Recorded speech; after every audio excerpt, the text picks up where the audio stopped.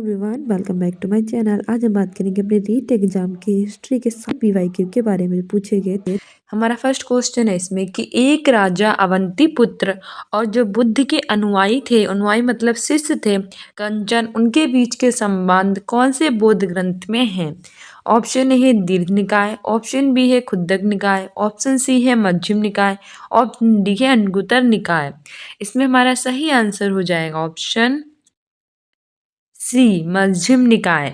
ठीक है, एक राजा थे अवंती पुत्र और बुद्ध के जो शिष्य थे कंचन, इन दोनों के बीच में जो थे संवाद यानी कि जो बातें थी वो मध्यम निकाय में हैं। ऑप्शन सी बिल्कुल सही हो जाएगा। हमारी व्याख्या भी है कि मध्यम निकाय में अवंती पुत्र और कंचन के बीच संवाद का उल्लेख है। ये संवाद कंचना गोत्र सूत्र नामक एक जो सूत्र है उसमें पाया गया है, जो मध्यम निकाय का एक पार्ट है। इस संबंध में अवंती पुत्र और कंचन धार्मिक और दार्शनिक विषयों पर भी चर्चा करते हैं।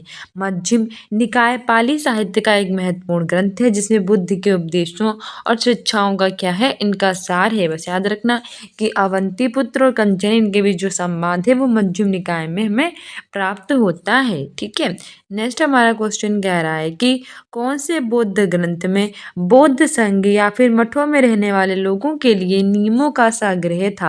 यानी कि एक बौद्ध ग्रंथ ऐसा था जिसमें हमें ये पता चलता है कि जो बौद्ध संघ या मठ में रहने वाले लोग थे उनके लिए नियम थे। ऑप्शन ए है विनय पिटक, ऑप्शन बी है सुत्त पिटक, ऑप्शन डी सी है अभिधम्म पिटक, ऑप्शन डी है जातक। सही आंसर इसमें हमारा हो जाएगा ऑप्शन ए विनय पिटक। ठीक है, विनय पिटक एक ऐसा ग्रंथ है जिसमें बौद्ध संघ और जो मठ में लोग रहते थे उनके लिए नियमों का संग्रह थे, इस बारे में हमें पता चलता है। ठीक है, हमारी व्याख्या भी है कि विनय पिटक बौद्ध धर्म का एक महत्वपूर्ण ग्रंथ है जिसमें बौद्ध संघ या फिर मठों में रहने वाले भिक्षुओं और भिक्षुणियों के लिए नियमों का विस्तृत संग्रह है। ये नियम संघ के अनुशासन, आचार व्यवहार और दैनिक जीवन से संबंधित होते हैं। विनय पिटक के 5 भाग हैं न। पहला है पराजिक यानी कि अपेक्षिक अपराध, दूसरा है संघ विशेष यानी कि सामूहिक अपराध, तीसरा है अनियतरस यानी कि अनिश्चित अपराध, चौथा है निसंगी यानी कि त्याग के अपराध और चौथा है पचिति यानी कि शुद्धि के नियम। ठीक है, ये पांचों हमारे याद रखना। कौन कौन से हैं? पराजिक, संघ विशेष, अनियतरस, निसंगी, पाचिति, अपेक्षिक अपराध, सामूहिक, अनिश्चित, त्याग के नियम और शुद्धि के नियम। नेक्स्ट है कि भारतीय दर्शन की 6 पद्धति यानी कि षड दर्शन में कौन शामिल है? ऑप्शन ए है सत्यार्थ प्रकाश, ऑप्शन बी है वैशेषिक, ऑप्शन सी है महाभारत, ऑप्शन डी है उपनिषद। सही आंसर हो जाएगा इसमें हमारा ऑप्शन बी वैशेषिक। भारतीय दर्शन की 6 पद्धति जिसे हम षड दर्शन भी कहते हैं, इसमें वैशेषिक शामिल है। कौन शामिल है? वैशेषिक।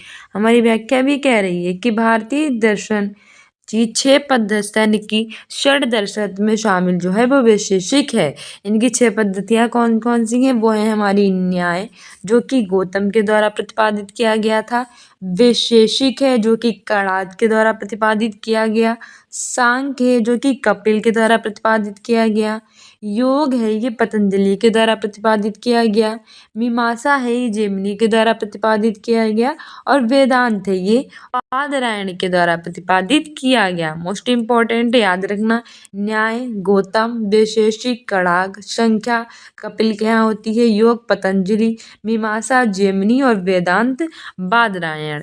ठीक है, वैशेषिक दर्शन के प्रमुख सिद्धांत हैं कि पदार्थों की विशेषताएं हैं उनका अध्ययन करना, ज्ञान के जो स्रोत है उनका वर्गीकरण करना, विशेष और सामान्य के बीच जो अंतर है वो भी है। नेक्स्ट है हमारा कि पश्चिम एशिया के यूनानी सेल्यूकस निकेटर के राजदूत के रूप में मौर्य काल में भारत कौन आया? ऑप्शन ए है फाहान, ऑप्शन बी है स्वयंतंक्ष, ऑप्शन सी है सिंह, ऑप्शन डी है मेगस्थनीज। तो हम सबको पता है कि पश्चिम एशिया के यूनानी शासक थे सेल्यूकस निकेटर।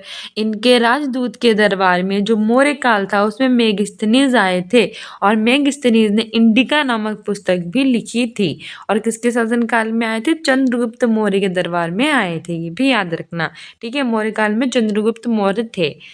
और ये हमारी व्याख्या इसकी कह रही है कि पश्चिम एशिया के यूनानी सेल्यूकस निकेटर ने चंद्रगुप्त मौर्य के साथ हुए समझौते के बाद अपने राजदूत मेगस्थनीज जो थे उन्हें चंद्रगुप्त मौर्य के दरबार में भेज दिया था। मेगस्थनीज की पुस्तक थी इंडिका। उसमें भारत के भूगोल, राजनीति, संस्कृति और जो आर्थिक स्थिति है उसका वर्णन मिलता है। और आज भी ये पुस्तक जो है वो इतिहासकारियों के लिए महत्वपूर्ण स्रोत है। यानी कि जो मेगस्थनीज ने इंडिका लिखी थी उससे आज भी इतिहासकार इसके बारे में पता लगाते हैं। नेक्स्ट है कि आरिकामेडु के विषय में पूरा सत्य कथन कौन सा है, ये हमें बताना है। पहला है कि ये जो आरिकामेडु है ये पुडुचेरी में स्थित है। दूसरा है कि जो आरिकामेडु है ये महत्वपूर्ण पत्तन था।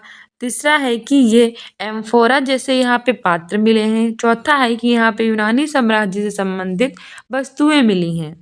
तो हमें यहाँ के राजा चेरवंशी थे। ठीक है, ये 5 हमारे हैं, तो बताइए कौन सा सही है। ऑप्शन ए फर्स्ट, सेकंड, थर्ड सही है। दूसरा है कि थर्ड, फोर्थ और फिफ्थ सही है।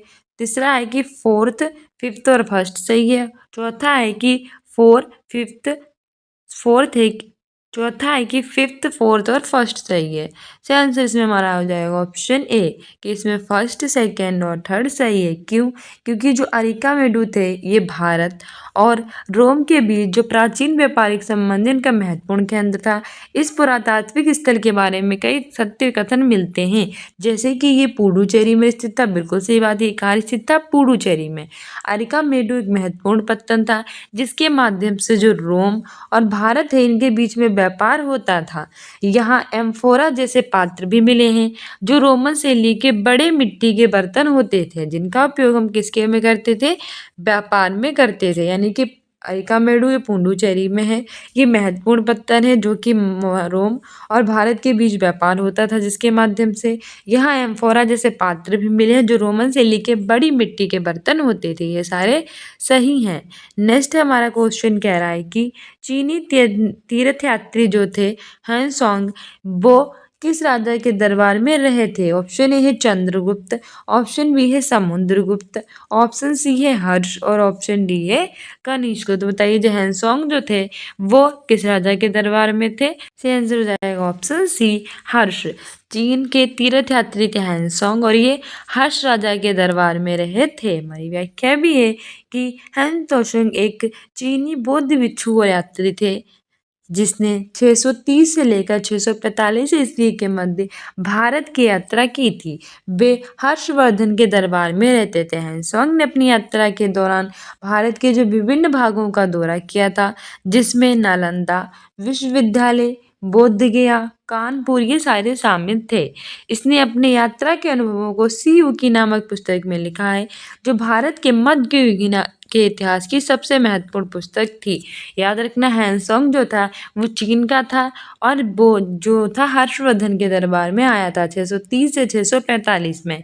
ठीक है, जिसने नालंदा विश्वविद्यालय, बोधिया और कानपुर ये सारे शामिल थे। ठीक है, इन्होंने सारी चीज़ों की यात्रा की थी और इन्होंने अनुभवों के आधार पर सी युकी नामक पुस्तक भी लिखी जो कि मध्ययुगीन इतिहास की थी। ये याद रखना, बहुत बार ये पूछा जा चुका है। नेक्स्ट है कि कौन से नाटक में गुप्त काल में एक गरीब मछुआरे के साथ राज्य कर्मचारियों के दुर्व्यवहार की बात कही है? ऑप्शन ए है हमारा हर्षचरित, ऑप्शन बी है विज्ञान शकुंतलम, ऑप्शन सी है मुद्रा राक्षस, ऑप्शन डी है मृच्छकंटिकम। तो बताइए वो कौन सा नाटक था जिसमें गुप्त काल में जो गरीब मछुआरे था उसके साथ जो राजकर्मियों का दुर्व्यवहार किया गया था उसकी बात की थी? सही आंसर हो जाएगा ऑप्शन बी अभिज्ञान शकुंतलम। हमारी व्याख्या भी है कि जो अभिज्ञान शकुंतलम है ये कालिदास के द्वारा रचित एक बहुत ज़्यादा प्रसिद्ध नाटक था। इसमें गुप्त काल के समाज का जीवन चित्रण मिलता है, जिसमें पता चलता है मैं नाटक में कि गरीब मछुआरे के साथ राजकर्मियों के साथ दुर्व्यवहार का एक प्रसंग है। ठीक है, साथ ही मृच्छकटिकम शूद्र के द्वारा रचित एक नाटक है, इसमें गरीब व्यापारी की कहानी है। पूछा गया है कई बार कि मृच्छकटिकम किसके द्वारा लिखा गया है, तो शूद्र के द्वारा। कहानी किसकी है? गरीब व्यापारी की। नेक्स्ट है कि भीतर गांव का मंदिर कहाँ स्थित है? ऑप्शन ए है उत्तर प्रदेश, ऑप्शन बी है बिहार, ऑप्शन सी है उड़ीसा, ऑप्शन डी है बंगाल। सही आंसर हो जाएगा ऑप्शन ए उत्तर प्रदेश। जो भीतर गांव का मंदिर है, ये जो भीतर गांव का मंदिर है उत्तर प्रदेश यानी यूपी में स्थित है। भीतर गांव मंदिर उत्तर प्रदेश के कानपुर जनपद में स्थित है। यूपी के कहाँ है? कानपुर में। इस मंदिर का निर्माण गुप्त काल में 5वीं शताब्दी में किया गया। ये मंदिर ईंटों के द्वारा निर्मित सबसे प्राचीन जो पुराने मंदिर होते हैं उसमें से एक है। ये मंदिर भगवान जो शिव है उनको समर्पित है। इस मंदिर की हजारों उत्खनित ईंटें जो है वो कहाँ संसूचित है? लखनऊ में। तो याद रखना भीतरगांव मंदिर उत्तर प्रदेश के कानपुर में है। निर्माण गुप्त काल में 5वीं शताब्दी में किया गया था। नेक्स्ट है कि 15वीं शताब्दी के उत्तरार्ध में शंकर देव जो कि वैष्णव धर्म के मुख्य प्रचारक थे के उपदेशों को किस नाम से संबोधित किया जाता है? ऑप्शन ए है बल्लभ धर्म, ऑप्शन बी है कृष्ण धर्म, ऑप्शन सी है गुरु संदेश, ऑप्शन डी है भगवती धर्म। सही आंसर हो जाएगा हमारा ऑप्शन डी भगवती धर्म। हमारी व्याख्या भी है कि शंकर देव एक महान वैष्णव संत और धर्म प्रचारक थे जिन्होंने 15वीं शताब्दी के उत्तरार्ध में आपस में जो वैष्णव धर्म था उसका प्रचार किया। उनके उपदेशों को भगवती धर्म के नाम से जानते हैं। भगवती धर्म की विशेषताएं कई हैं, जैसे कि भगवान विष्णु की पूजा और भक्ति, गीता, भागवत पुराण और अन्य वैष्णव ग्रंथों का अध्ययन, सामाजिक और धार्मिक सुधार, भक्ति और समर्पण को क्या देना? महत्व देना। नेक्स्ट है कि मुगल काल में खुद कास्ट और पहिकास्ट क्या थे? ऑप्शन ए है कि ये राजस्व के प्रकार थे, ऑप्शन बी है कि ये फसलों के प्रकार थे, ऑप्शन सी है कि ये प्रशासन के प्रकार थे, ऑप्शन डी है कि ये किसानों के प्रकार थे। सही आंसर हो जाएगा हमारा ऑप्शन डी किसानों के प्रकार। मुगल काल में जो खुद कास्ट और पहिका कास्ट थे ये क्या थे? ये किसानों के प्रकार थे। हमारी व्याख्या भी है कि मुगल काल में खुदा कास्ट और पहिकास्ट जो थे ये किसानों के दो प्रकार थे। खुदा कास्ट क्या था? ये वे किसान थे जो अपनी जमीन पर खुद खेती करते थे और अपने परिवार के सदस्यों के साथ मिलकर खेती का काम करते थे और जमीन पर पूरा नियंत्रण रखते थे। यानी कि वे किसान जो जो हमारी ज़मीन थी उस पर अपने आप खेती करते थे, जो हमारी फैमिली मेम्बर थे उनका भी बहुत अच्छे से ख्याल रखते थे और ज़मीन पर पूरा नियंत्रण भी रखते थे। वहीं जो पहिकाश थे ये क्या थे? ये वे किसान थे जो दूसरों की ज़मीन पर करते थे। ठीक है, पहिकाश मतलब पराये लोगों की ज़मीन पर जो अपना क्या करते थे? किराया करके खेती करते थे। वे ज़मींदारों से ज़मीन लेकर खेती करते और उसके बदले में ज़मींदारों को क्या देते? लगान देते थे। ठीक है, अकबर के शासनकाल के दौरान कृषि भूमि को 4 भागों में बांटा था। पोलज, परती, चाचर, बंजर। पिछली बार ये भी पूछा गया था कि पोलज, परती, चाचर, बंजर ये क्या है? तो पोलज, परती, चाचर, बंजर ये भूमि के प्रकार है, कृषि भूमि के प्रकार। कौन से शासनकाल में? अकबर के शासनकाल में। ठीक है, इनको 4 भागों में बांटा गया था, पोलज, परती, चाचर, बंजर। नेक्स्ट है कि मुगल काल में मंजिल आबादी या सिपह आबादी व मुल्क आबादी का संबंध किसमें था? ऑप्शन ए है कि ये पुस्तक के भाग थे, ऑप्शन बी है कि जनसंख्या के भाग थे, ऑप्शन सी है कि राजस्व के भाग थे, ऑप्शन डी है कि प्रशासन के भाग थे। तो ये हमारा वो क्वेश्चन है जिसपे हमें बोनस मार्क्स मिला है। ठीक है, मंजिल आबादी और सिपह आबादी में हमें क्या मिला था? बोनस मार्क्स मिला था। क्यों मिला था जरा व्याख्या भी देख लेते हैं। व्याख्या कह रही है कि मुल्क आबादी, मंजिल आबादी व सिपह आबादी आईने अकबरी नामक पुस्तक के भाग थे। किसके भाग थे? ये आईने अकबरी के। आईने अकबरी की रचना अबू फजल ने की थी और ये पुस्तक अकबर के अधीन मुगल प्रशासन के बारे में विस्तृत दस्तावेज प्रस्तुत करता है। कुछ स्रोतों में मंजिल आबादी, सिपह आबादी और मुल्क आबादी को प्रशासन और राजस्व से संबंधित बताया गया है, इसलिए हमें इसमें मिला थे बोनस मार्क्स। 3-4 बातें इसमें याद रखना कि जो ये मुल्क आबादी है, मंजिल आबादी है, सिपह आबादी किसमें है? आईने अकबरी है। किसने लिखा है? अबुल फजल ने लिखा है। किसमें? जो अकबर थे उनके मुगल प्रशासन के बारे में ये है। ठीक है, नेक्स्ट क्वेश्चन है, ये मोस्ट इम्पोर्टेंट है, बहुत बार पूछा जा चुका है भैया, कम से कम यूपीटेट, सीटेट, रीट, ब्याह, शिक्षक भर्ती सब में ये आता है। मोस्ट इम्पोर्टेंट लगाओ कि स्त्री पुरुष तुलना नाम की किताब किसने प्रकाशित करवाई? ऑप्शन ए है ताराबाई शिंदे, ऑप्शन बी है पंडिता रमाबाई, ऑप्शन सी है ज्योतिबा फूले, ऑप्शन डी है राज सुंदरी देवी। सही आंसर हो जाएगा हमारा option A Tarabai Shinde.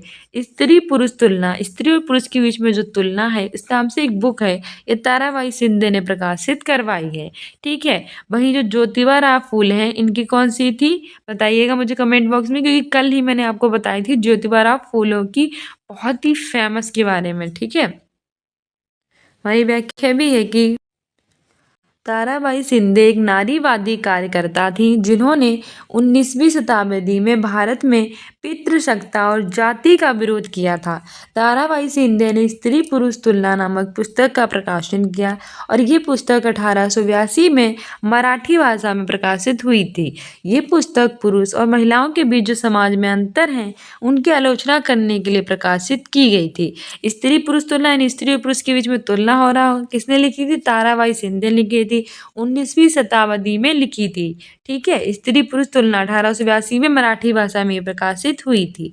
Next है कि महाराष्ट्र के सतारा में समांतर सरकार यानी कि प्रति सरकार की स्थापना कब की गई। ऑप्शन ए है 1941, ऑप्शन बी है 1943, ऑप्शन सी है 1945, ऑप्शन डी है 1947। आंसर हो जाएगा ऑप्शन बी 1943 एंड 1943। महाराष्ट्र के सतारा में समांतर सरकार प्रति सरकार की स्थापना 1943 यानी 1943 में की गई थी। हमारी व्याख्या भी है कि महाराष्ट्र के सतारा में समांतर सरकार यानी कि जो प्रति सरकार है, इसकी स्थापना 1943 में की गई। इसका नेतृत्व Y.V. चौहान और नाना पाटिल ने किया था। किसने किया था नेतृत्व? Y.V. चौहान और नाना पाटिल ने। उन्होंने भारत छोड़ो आंदोलन के दौरान ब्रिटिश शासन के खिलाफ विद्रोह के फलस्वरूप बलिया, तामलुक और सतारा में समांतर सरकारों की स्थापना की। सतारा में स्थापित समांतर सरकार सबसे लंबे समय 1943 से 1946 यानी 1943 से 1946 तक संचालित रही।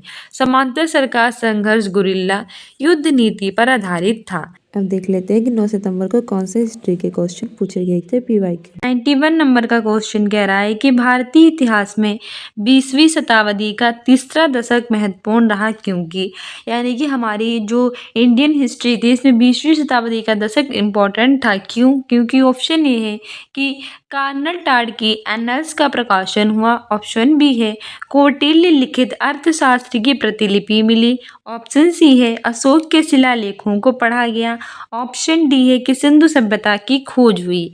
तो इसमें हमारा सही आंसर हो जाएगा ऑप्शन डी कि सिंधु सभ्यता की खोज हुई। ठीक है। भारत के इतिहास में जो 20वीं शताब्दी का तीसरा दशक था वो महत्वपूर्ण रहा था क्योंकि इसमें सिंधु सभ्यता की जो खोज है वो हुई थी। हमारी व्याख्या भी है कि भारत के इतिहास में 20वीं शताब्दी के तीसरे दशक में सिंधु सभ्यता की खोज की गई थी। सिंधु सभ्यता की खोज सबसे पहले 1921 ईस्वी में दयाराम साहनी ने की थी। इसकी खुदाई सर जॉन हार्वर्ड मार्शल के नेतृत्व में दयाराम साहनी, माधव स्रोत वत्स के द्वारा की गई थी। आपको ये बात याद रखनी है कि भारत के इतिहास में 20वीं शताब्दी का तीसरा दशक इम्पोर्टेंट था क्योंकि इसमें सिंधु सभ्यता की खोज की गई थी और इसकी खोज 1921 में थी दयाराम साहनी ने। ठीक है। हमारा नेक्स्ट क्वेश्चन कह रहा है कि निम्न में कौन सा कथन असत्य है, यानी हमें ये बताना है कि इसमें से हमारा एक असत्य है यानी कि गलत है, गलत वाला हमें बताना है। ठीक है। ऑप्शन ए है कि वैदिक युगीन समाज में संस्कार जो थे उनका ह्रास हो गया था, ऑप्शन बी है कि वासुदेव कुटुंबकम की भावना वैदिक संस्कृति की देन है, ऑप्शन सी है कि रामायण महाभारत की अपेक्षा लघु ग्रंथ है और ऑप्शन डी है कि समाज में जो बड़े बुजुर्ग थे उनको परिवार का मुखिया माना जाता था। तो हमें ये बताना है कि इसमें से कौन सा असत्य यानी कि गलत है। देखो, भारत के समाज में जो बड़े बुजुर्ग थे उन्हें परिवार का मुखिया मानते थे, बिल्कुल सही बात है। आपको भी पता होगा कि जो हमारी अभी भी गाँव में ऐसे बहुत सारे परिवार हैं जिसमें बड़े बुजुर्ग को क्या मानते हैं, परिवार का मुखिया। ठीक है। वहीं जो रामायण है ये महाभारत की अपेक्षा लघु यानी कि छोटा ग्रंथ है, ये भी बिल्कुल सही बात है। थर्ड हमारा जो है जो वासुदेव कुटुंबकम की भावना है ये वैदिक संस्कृति की देन है, ये भी बिल्कुल सही बात है। ठीक है। जो वासुदेव कुटुंबकम की भावना है किसकी देन है, वैदिक संस्कृति की। लेकिन वैदिक युगीन समाज में हमारे संस्कारों का ह्रास हो गया है, मतलब संस्कार हमारे खत्म हो गए हैं वैदिक युगीन समाज में, ये गलत हो जाता। वैदिक समाज में संस्कार बढ़े थे ना कि खत्म हुए थे और हमसे गलत ही पूछा था, इसीलिए ऑप्शन ए सही हो जाएगा। हमारी व्याख्या भी है कि वैदिक युग के समाज में संस्कारों की पुष्टि हुई, मतलब संस्कार बढ़े थे, कम नहीं हुए थे। नेक्स्ट है कि निम्न में से शहरीकरण का कौन सा प्रमुख कारण नहीं है। ऑप्शन ए है कुटीर उद्योगों का ह्रास, ऑप्शन बी है तीव्र जनसंख्या वृद्धि, ऑप्शन सी है बढ़ती महंगाई और ऑप्शन डी है आवश्यक सुविधाओं का अभाव। तो बताइए शहरीकरण का कौन सा कारण नहीं है। जैसे कि शहरीकरण, जैसे जैसे उद्योगीकरण, नागरीकरण, शहरीकरण ये सब बढ़ रहा है, तैसे तैसे क्या हो रहा है, जो कुटीर उद्योग है वो कम होते चले जा रहे हैं, मतलब उनका ह्रास होता जा रहा है, जनसंख्या में वृद्धि होती चली जा रही है। से आंसर हो जाएगा ऑप्शन सी बढ़ती महंगाई। ठीक है, ये शहरीकरण का प्रमुख कारण नहीं है, जबकि कुटीर उद्योगों का ह्रास, तीव्र मतलब बहुत तेजी से जनसंख्या में वृद्धि और जो आवश्यक वस्तुएं हैं उनका अभाव, ये सारी चीजें हैं किसका कारण, शहरीकरण का। लेकिन बढ़ती महंगाई नहीं है। हमारी व्याख्या भी है कि बढ़ती महंगाई जो है वो शहरीकरण का प्रमुख कारण नहीं है। शहरीकरण के कारण होते हैं कुटीर उद्योगों का ह्रास होना, तीव्र यानी बहुत तेज जनसंख्या में वृद्धि होना, जो हमारे लिए इम्पोर्टेंट वस्तुएं होती हैं यानी आवश्यक सुविधाएं, इनका अभाव होना।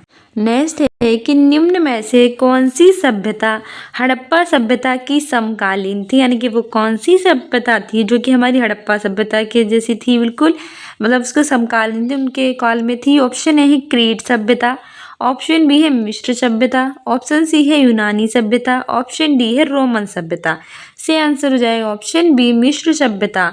मिस्र सभ्यता जो थी वो हड़प्पा सभ्यता के कैसे थी, समकालीन थी। ठीक है, हमारी व्याख्या भी है कि मिस्र की सभ्यता हड़प्पा सभ्यता के समकालीन थी।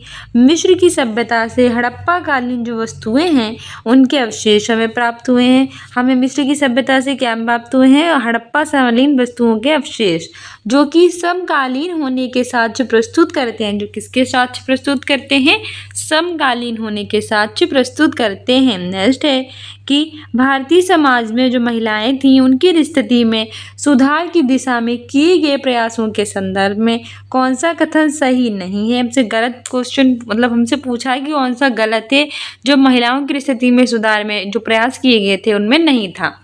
ऑप्शन ए है कि मद्रास प्रेसिडेंसी में वीरेसालिंगम पंतुलु ने विधवा विवाह के समर्थन में एक संगठन बनाया था।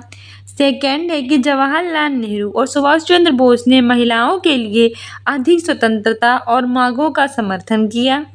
ऑप्शन सी है कि पंडिता रमाबाई ने ऊंची जाति की जो महिलाएं थी उनकी दुर्दशा सुधारने का प्रयास किया।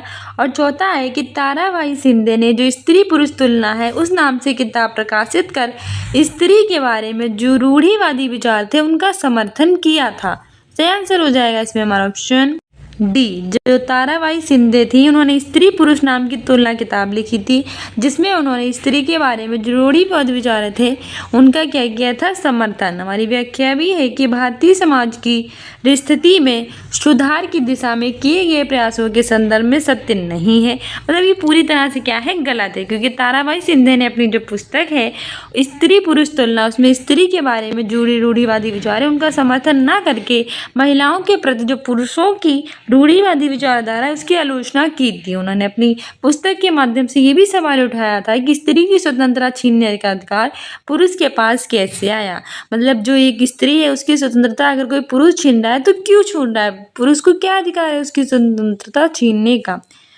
नेक्स्ट क्वेश्चन है कि कर्मचारी वेतनभोगी हैं, जबकि जो किसान हैं वो राजा की भूमि जोतते हैं। चीनी यात्री का ये कथन किस शासक के संदर्भ में कहा गया था। जो हमारे कर्मचारी है वो क्या करते हैं, वेतन को भोगते हैं, मतलब वेतन लेते हैं, जबकि जो किसान होते हैं वो हमारे राजा की भूमि को जोतते हैं। तो चीनी यात्री का ये कथन किस शासक के बारे में कहा गया था। ऑप्शन ए है हर्षवर्धन, ऑप्शन बी है चंद्रगुप्त फर्स्ट, ऑप्शन बी है चंद्रगुप्त सेकेंड, ऑप्शन डी है समुद्रगुप्त फर्स्ट। से आंसर इसमें हमारा हो जाएगा ऑप्शन सी, चंद्रगुप्त सेकेंड। ठीक है, ये किसने के बारे में कहा गया था, ये चंद्रगुप्त सेकेंड के बारे में कहा गया था। हमारी व्याख्या भी है कि फाहन चीनी यात्री चंद्रगुप्त सेकंड के शासनकाल में भारत आया तथा समाज और राज्य का वर्णन अपनी पुस्तक में किया। उसका कहना था कि कर्मचारी जो हैं वो वेतनभोगी यानी वेतन को भोगते हैं, जबकि किसान जो हैं वो राजा की जो भूमि होती है उसको क्या करते हैं, जोतते हैं। नेक्स्ट क्वेश्चन है कि किस चोल शासक ने पल्लवों को हराकर कांची पर अधिकार कर लिया था, यानी कि वो कौन सा चोल शासक था जिसने पल्लवों को हराया था और उनको हराने के बाद जो कांची था उस पर क्या कर लिया था, अधिकार। ऑप्शन ए है परांतक फर्स्ट, ऑप्शन बी है आदित्य फर्स्ट, ऑप्शन सी है विजयालय, ऑप्शन डी है राजेंद्र चोल सेकंड। से आंसर हो जाएगा option B Aditya first. Aditya first ये वह चोल शासक था जिसने पल्लवों को हराया था और जो कांची थे उस पर क्या कर लिया था, अधिकार कर लिया था। हमारा नेक्स्ट व्याख्या कह रही है कि विजयालय चोल वंश का वास्तविक संस्थापक माना जाता है। विजयालय चोल वंश का वास्तविक संस्थापक कौन था, विजयालय, और जो आदित्य फर्स्ट था वो विजयालय का पुत्र था। तो पल्लवों को हराकर एक कांची पर क्या कर लिया था, इसने अधिकार कर लिया था। नेक्स्ट क्वेश्चन है कि दक्षिण भारत के किस राजवंश ने राज्य को राष्ट्र, कोट्टम तथा गांव में विभाजित किया था। ऑप्शन ए है चोल, ऑप्शन बी है पल्लव, ऑप्शन सी है राष्ट्रकूट, ऑप्शन डी है चालुक्य। से आंसर हो जाएगा ऑप्शन ए चोल। दक्षिण भारत के जो चोल राजवंश थे उनने राज्य को राष्ट्र, कोट्टम तथा गांव जो था यानी कि ग्राम में था उसमें क्या कर दिया था, विभाजित। हमारी व्याख्या भी है कि दक्षिण भारत के चोल राजवंश के राज्य को राष्ट्र, कोट्टम तथा ग्राम में विभाजित किया गया था। नेक्स्ट है कि किस राजवंश के समय कन्हेरी विश्वविद्यालय प्रसिद्ध हुआ। ऑप्शन ए है राष्ट्रकूट, ऑप्शन बी है चोल, ऑप्शन सी है चालुक्य, ऑप्शन डी है पल्लव। से आंसर हमारा हो जाएगा ऑप्शन डी पल्लव। पल्लव राजवंश के समय जो कन्हेरी विश्वविद्यालय था वो कैसा हो गया था, बहुत ज़्यादा प्रसिद्ध हो गया था। हमारी व्याख्या भी है कि पल्लव राजवंश के समय कन्हेरी विश्वविद्यालय प्रसिद्ध हुआ और ये विश्वविद्यालय कौन से राज्य में स्थित है, महाराष्ट्र राज्य में स्थित है और महाराष्ट्र की कैपिटल क्या है, मुंबई है। नेक्स्ट है कि रामपुरवा का वृषभ शीर्ष वाला जो अशोक स्तंभ है वो किस राज्य में है। ऑप्शन ए है बिहार, ऑप्शन बी है बंगाल, ऑप्शन सी है असम, ऑप्शन डी है उत्तर प्रदेश। तो जो रामपुरवा का वृषभ शीर्ष वाला अशोक स्तंभ है वो हमारे स्थित है, ऑप्शन ए बिल्कुल सही होगा, बिहार। बिहार जो के रामपुरवा का वृषभ शीर्ष वाला अशोक स्तंभ बिहार राज्य में है। बिहार की कैपिटल है पटना, पश्चिम बंगाल की कोलकाता, असम की दिसपुर और उत्तर प्रदेश की लखनऊ। ठीक है, हमारी व्याख्या भी है कि रामपुरवा का जो वृषभ शीर्ष वाला अशोक स्तंभ है ये कौन से राज्य में है, बिहार राज्य में पश्चिमी चंपारण जिले में स्थित है। कैसा, कहाँ स्थित है, पश्चिमी चंपारण जिले में। नेक्स्ट है कि निम्न में से सगुण भक्ति का प्रचारक संत था। ऑप्शन ए है कबीर था, ऑप्शन बी है नानक, ऑप्शन सी है निम्बार्क था, ऑप्शन डी है दादू था। सही आंसर हो जाएगा ऑप्शन सी निम्बार्क। सगुण भक्ति का जो प्रचारक संत था वो निम्बार्क था। हमारी व्याख्या भी है कि निम्बार्क सगुण भक्ति के प्रचारक थे, जबकि कबीर, नानक और दादू ये निर्गुण भक्ति के प्रचारक थे। तो दो हमारे थे, एक थी सगुण भक्ति सागुण और दूसरी थी निर्गुण भक्ति। निम्बार्क सागुण के थे जबकि कबीर, नानक और दादू ये कहाँ के, निर्गुण भक्ति के थे। नेक्स्ट है कि मुगल कालीन कला के बारे में कौन सा कथन असत्य है। ऑप्शन ए है कि बीजापुर में इब्राहिम रोजा है, ऑप्शन बी है कि अकबर ने फतेहपुर सिकरी 1585 ईस्वी के बाद बनवाई, ऑप्शन सी है कि अकबर का मकबरा सिकंदरा में है और ऑप्शन डी है कि शाहजहां ने दिल्ली में तख्ते ताउस बनवाया। सही आंसर हो जाएगा इसमें हमारा ऑप्शन बी कि अकबर ने फतेहपुर सिकरी 1585 के बाद बनवाया, ये गलत है, मतलब असत्य है। जबकि बीजापुर में इब्राहिम रोजा है, ये बिल्कुल सही है। अकबर का मकबरा सिकंदराबाद में है, ये भी बिल्कुल सही है। और शाहजहां ने ही दिल्ली में तख्ते ताउस बनवाया, ये बात भी बिल्कुल सही है। जबकि फतेहपुर सिकरी की स्थापना मुगल बादशाह अकबर ने 1569 में की थी, 1569 में की थी। बीजापुर में इब्राहिम रोजा का निर्माण इब्राहिम आदिल शाह सेकंड ने करवाया था। नेक्स्ट है कि महाराणा प्रताप की मृत्यु के समय उनकी आयु कितनी थी, मतलब वो कितने साल के थे जब उनकी मृत्यु हो गई थी। ऑप्शन ए है 67 वर्ष यानी कि 67 वर्ष। ऑप्शन बी है 54 वर्ष यानी कि 54 वर्ष। ऑप्शन बी है 57 वर्ष यानी कि 57 वर्ष।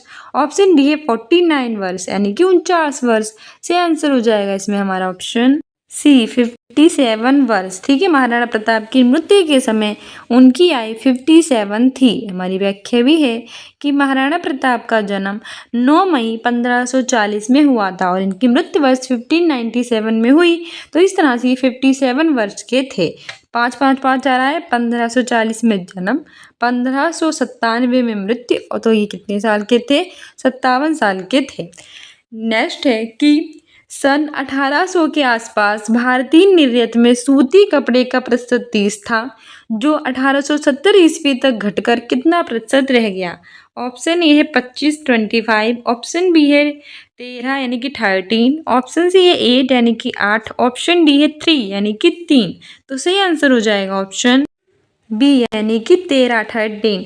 सन 1800 के आसपास भारतीय निर्यात में सूती कपड़े का प्रतिशत 30 था, जो 1870 ईस्वी में घटकर 13% रह गया था। कितना? 13। ठीक है, हमारी व्याख्या भी है कि अंग्रेजी नीतियों के फलस्वरूप सूती कपड़े का निर्यात में हिस्सा जहां 1800 ईस्वी में 30% था, वहीं 1870 में घटकर मात्र 13% हो गया था। नेक्स्ट है कि महिलाओं ने भी जागरण और सामाजिक सुधार हेतु आधुनिक काल में लेखन कार्य को प्रोत्साहित किया था। इसी क्रम में उन्होंने कई पुस्तकें भी लिखी थी। 1876 ईस्वी में प्रकाशित ग्रंथ अमर जीवन की लेखिका थीं। तो ऑप्शन ए है राज सुंदरी देवी थी, ऑप्शन बी हमारा है कैलाश वासिनी देवी थी, ऑप्शन सी है रुकैया शेखावत थी और ऑप्शन डी है पंडिता रमाबाई थी।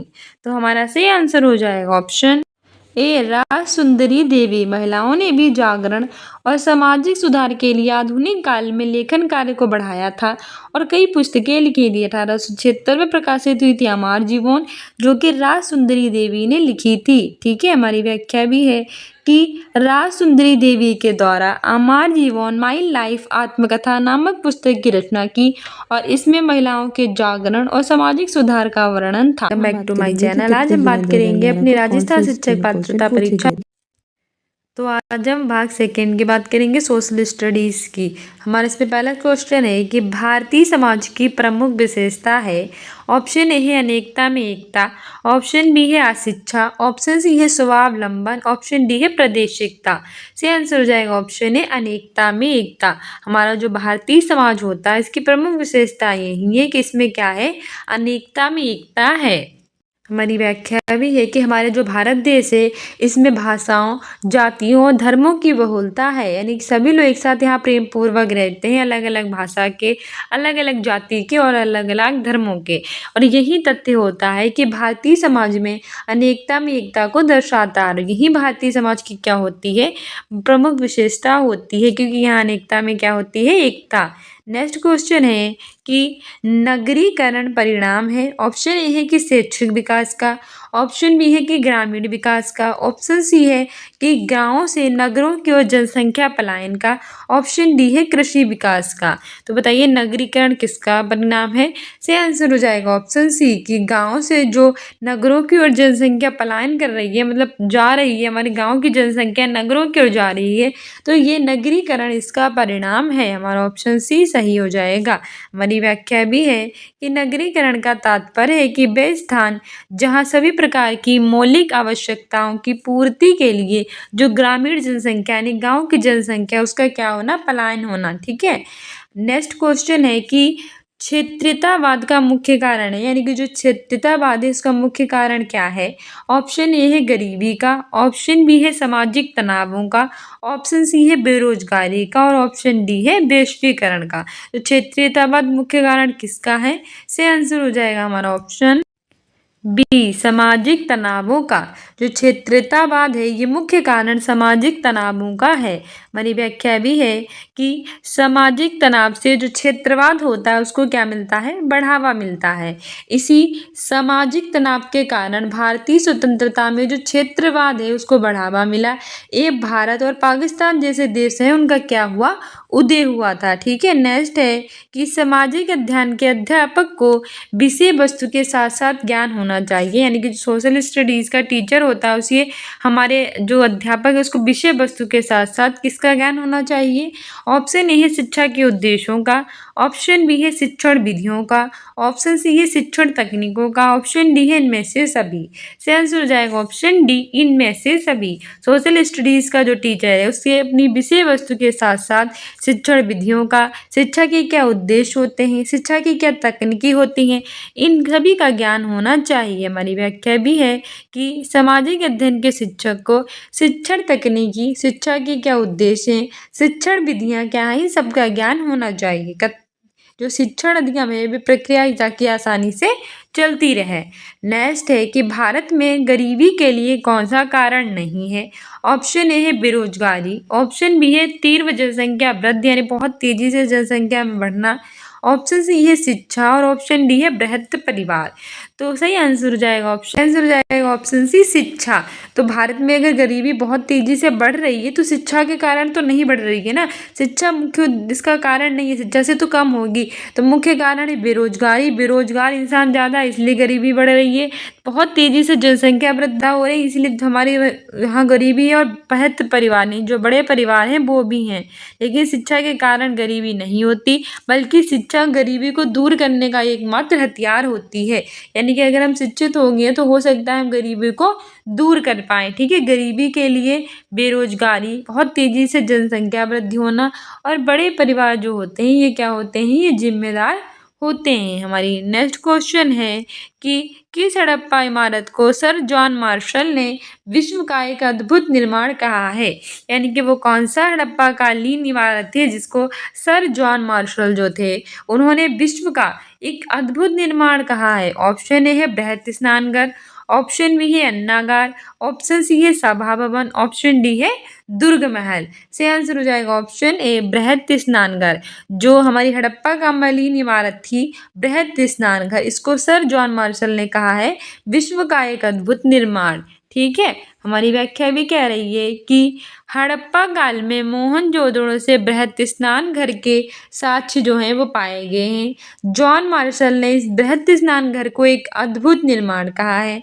और हड़प्पा स्तर से प्राप्त जो अन्नागार है उसको सैंधव सभ्यता की संभावता सबसे बड़ी इमारत थी। क्या थी? अन्नागार सैंधव सभ्यता की सबसे बड़ी इमारत थी। नेक्स्ट है कि भारत में अनेकता में अनेकता और अनेकता में एकता है, ये कथन किसका है? ऑप्शन ए एल वॉशम का, ऑप्शन बी है बी ए स्मिथ का, ऑप्शन सी है मैक्स मूलर का और ऑप्शन डी है जवाहरलाल नेहरू का।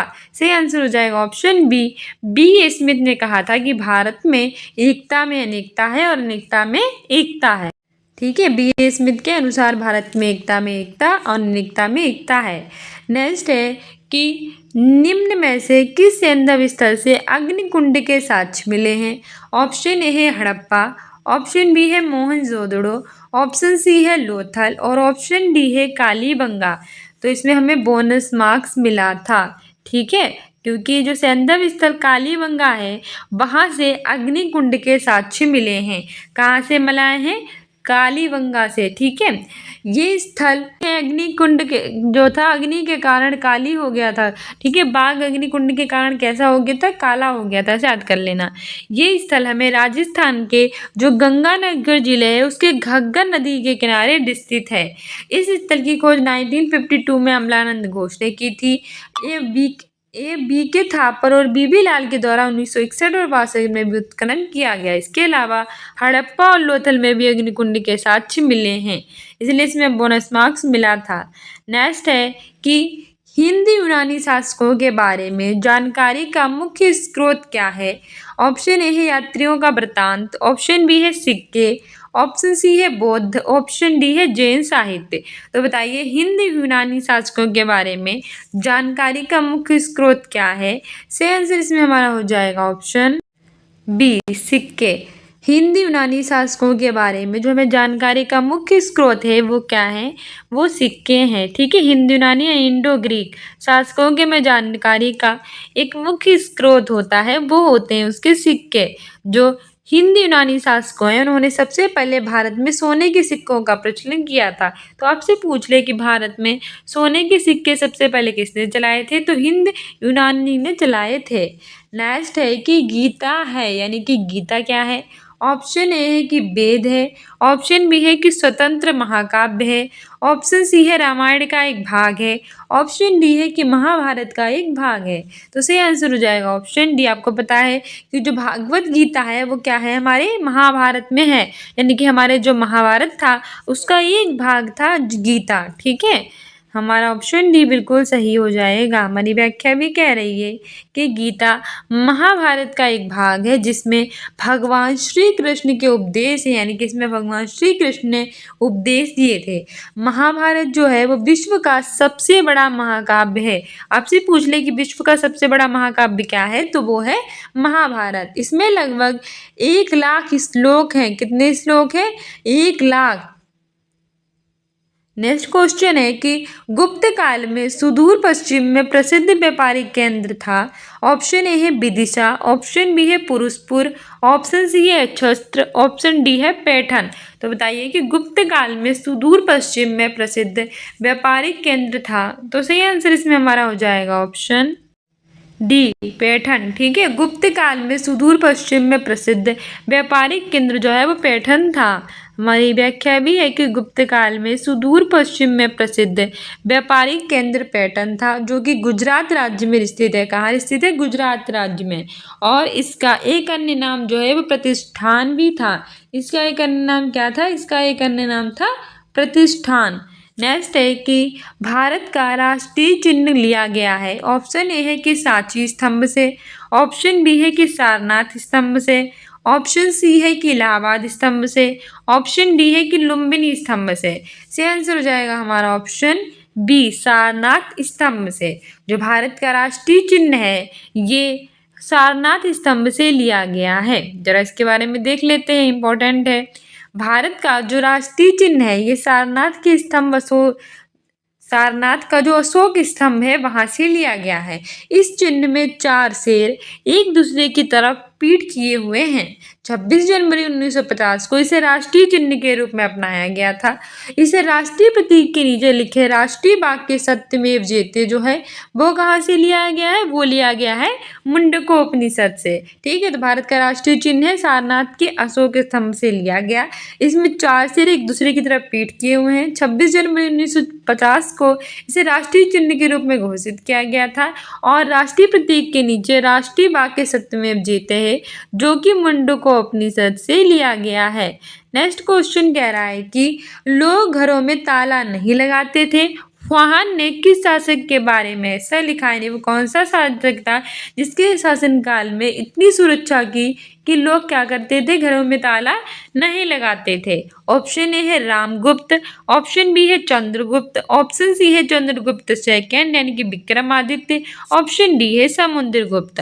तो सही आंसर हो जाएगा ऑप्शन सी, क्योंकि जो फाहन था वो चंद्रगुप्त द्वितीय के शासनकाल में आया था।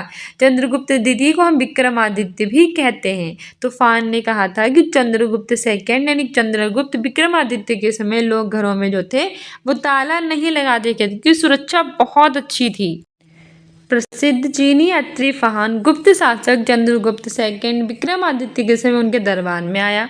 फाहन ने यहाँ के समाज का वर्णन अपनी पुस्तक में लिखा और बताया कि भारतीय लोगों का आचरण बहुत अच्छा था और वे अपने घरों में क्या करते थे? ताला नहीं लगाते थे। नेक्स्ट है कि महाबलीपुरम के प्रसिद्ध मंदिर थे किस शासक के शासन के अंतर्गत बने थे? यानी कि जो महाबलीपुरम के मंदिर हैं वो किस शासक के समय बने थे? ऑप्शन ए है पल्लव, ऑप्शन बी है चोल, ऑप्शन सी है चालुक्य और ऑप्शन डी है काकतीय। से आंसर हो जाएगा ऑप्शन ए पल्लव। महाबलीपुरम के जो प्रसिद्ध मंदिर थे वे पल्लव शासक के शासन के अंतर्गत बने थे। किसके? पल्लव के। हमारी व्याख्या भी है कि महाबलीपुरम तमिलनाडु राज्य में स्थित है। तो महाबलीपुरम कहाँ है? तमिलनाडु में। ठीक है, और तमिलनाडु कैपिटल है चेन्नई। यह स्थल मंदिरों के लिए बहुत ज़्यादा फेमस है। रथ मंदिर का निर्माण पल्लव वंश के शासक थे नरसिंहवर्मन प्रथम उनके द्वारा करवाया गया था। ठीक है, तो महाबलीपुरम कौन से राज्य में है? तमिलनाडु। तमिलनाडु कैपिटल है चेन्नई। ये किस लिए प्रसिद्ध है? मंदिरों के लिए। रथ मंदिर का निर्माण किसने कराया था? पल्लव वंश के शासक नरसिंहवर्मन प्रथम ने करवाया था। किसने कराया था? नरसिंहवर्मन प्रथम। नेक्स्ट है कि भारत के इतिहास में पहली बार लोगों के जन्म और मृत्यु का पंजीकरण किस काल में किया गया? ऑप्शन ए है महाजनपद काल, ऑप्शन बी है गुप्त काल, ऑप्शन सी है कुषाण काल, ऑप्शन डी है मौर्य काल। लोगों के जन्म और मृत्यु का पंजीयन था वो किस काल में किया गया था? सही आंसर हो जाएगा इसमें हमारा ऑप्शन डी, मौर्य काल। ठीक है, मौर्य काल में पहली बार लोगों के जन्म और मृत्यु दर का जो पंजीयन है वो किया गया था। हमारी व्याख्या भी है कि मौर्य काल में पहली बार भारत की जो जनगणना है वो कराई गई थी। इसके तहत लोगों ने पहली बार जन्म और मृत्यु का पंजीयन कराया था। इसका मुख्य उद्देश्य था कि ज्ञात जनसंख्या के आधार पर उचित कर व्यवस्था को लागू करें। और जो मौर्य साम्राज्य है इसकी स्थापना चंद्रगुप्त मौर्य ने अपने गुरु चाणक्य की सहायता से की थी। मौर्य स्थापना किसने की थी? मौर्य साम्राज्य की चंद्रगुप्त मौर्य ने। किसकी सहायता से? अपने गुरु चाणक्य की सहायता से। चाणक्य को कौटिल्य और विष्णुगुप्त भी कहा जाता है, ये भी याद रखना। नेक्स्ट है कि शेख सलीम चिश्ती का मकबरा कहाँ स्थित है? ऑप्शन ए है आगरा में, ऑप्शन बी है दिल्ली में, ऑप्शन सी है फतेहपुर सिकरी में, ऑप्शन डी है अजमेर में। सही आंसर हो जाएगा इसमें हमारा ऑप्शन शी, फतेहपुर सिकरी में। जो शेख सलीम चिश्ती थे इनका जो मकबरा है ये फतेहपुर सिकरी में स्थित है। हमारी व्याख्या भी है कि शेख सलीम चिश्ती का मकबरा उत्तर प्रदेश के आगरा जिले जो है वहाँ स्थित है। यह अकबर के समकालीन थे, यानी कि जो शेख सलीम चिश्ती थे इनका मकबरा कहाँ है? उत्तर प्रदेश के आगरा में। ठीक है, फतेहपुर सिकरी में है। उत्तर प्रदेश के आगरा जिले में स्थित फतेहपुर सिकरी में। और ये अकबर के कैसे थे? समकालीन। और इनके आशीर्वाद से सलीम का जन्म हुआ था जिन्हें हम जहांगीर भी कहते हैं। इसीलिए इन्होंने अपने पुत्र का नाम सलीम ही रखा था, क्योंकि शेख सलीम चिश्ती के जो थे उनके आशीर्वाद से हुए थे।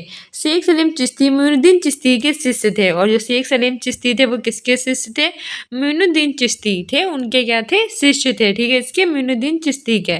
नेक्स्ट है कि नूहे सिपीहर के रचनाकार हैं। ऑप्शन ए है अमीर खुसरो, ऑप्शन बी है मलिक मोहम्मद जैशी, ऑप्शन सी है दारा शिकोह, ऑप्शन डी है शेख निजामुद्दीन औलिया। तो नूहे सिपीर के कौन है रचनाकार? से ऑप्शन ए अमीर खुसरो।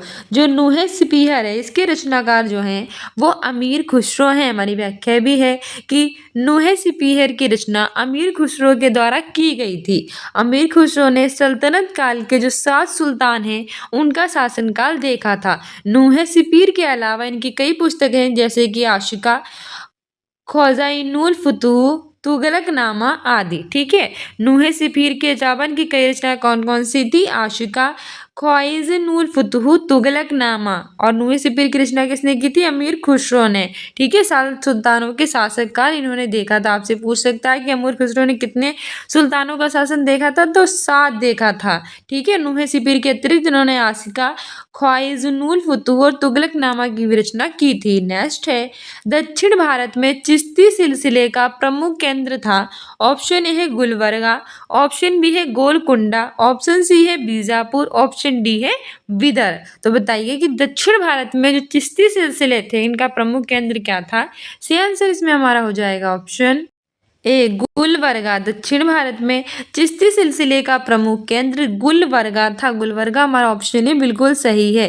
हमारी व्याख्या भी है कि दक्षिण में चिश्ती सिलसिले की स्थापना 1340 ईस्वी ने बुरहानुद्दीन गरीब ने की थी। दक्षिण में चिश्ती सिलसिले का प्रमुख केंद्र गुलबर्गा यानी कि कर्नाटक था।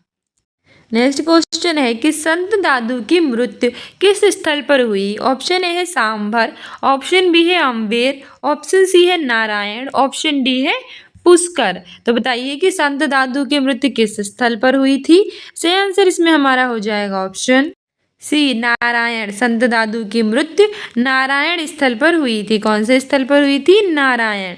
हमारी व्याख्या भी है कि संत दादू दयाल की मृत्यु 1603 ईस्वी को राजस्थान के अजमेर के समीप नारायण नामक स्थान पर हुई थी।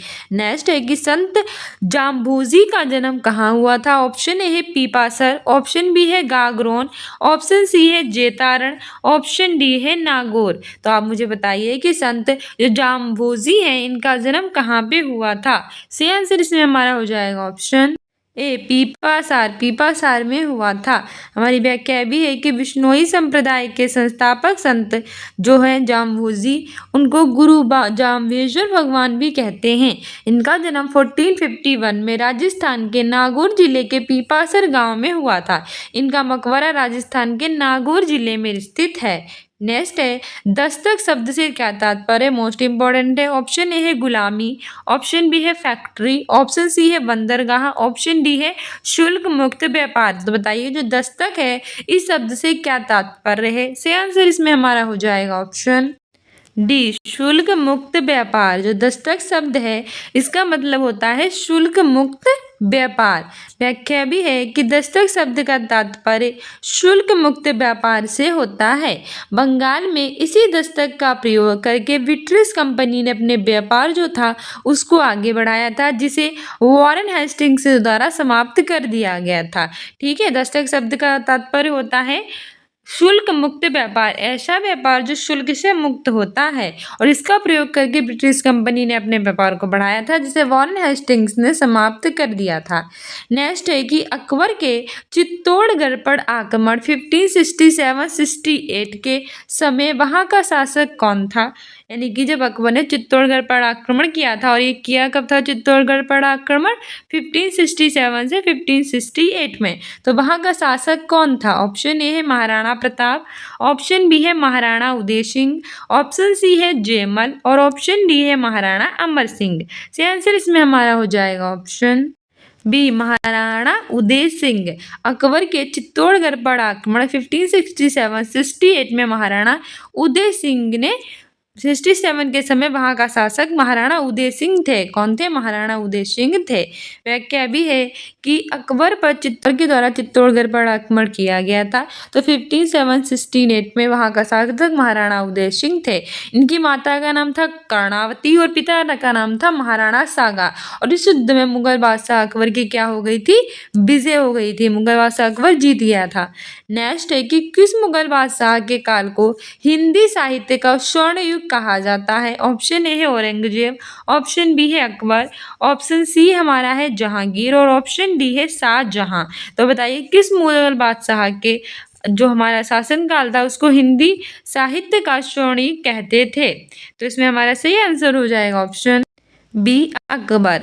जो अकबर मुगल बादशाह थे इनके काल को हिंदी साहित्य का स्वर्ण युग, किसका युग? हिंदी साहित्य का स्वर्ण युग किसे कहते हैं? तो अकबर के शासनकाल को कहते हैं। याद रखना, मुगल बादशाह थे अकबर, इनके शासनकाल को हिंदी साहित्य का स्वर्ण युग कहा जाता था। स्थापत्य कला का स्वर्ण युग किसे कहते थे? शाहजहां के शासनकाल को। चित्रकला का स्वर्ण युग किसे कहते थे? जहांगीर के शासनकाल को। तो तीनों शासनकाल इंपॉर्टेंट, तीनों से क्वेश्चन पूछता है। अगर आपसे पूछे हिंदी साहित्य का स्वर्ण युग तो वो होता है अकबर का शासनकाल। पूछे स्थापत्य कला का स्वर्ण काल तो वो होता है शाहजहां का शासनकाल।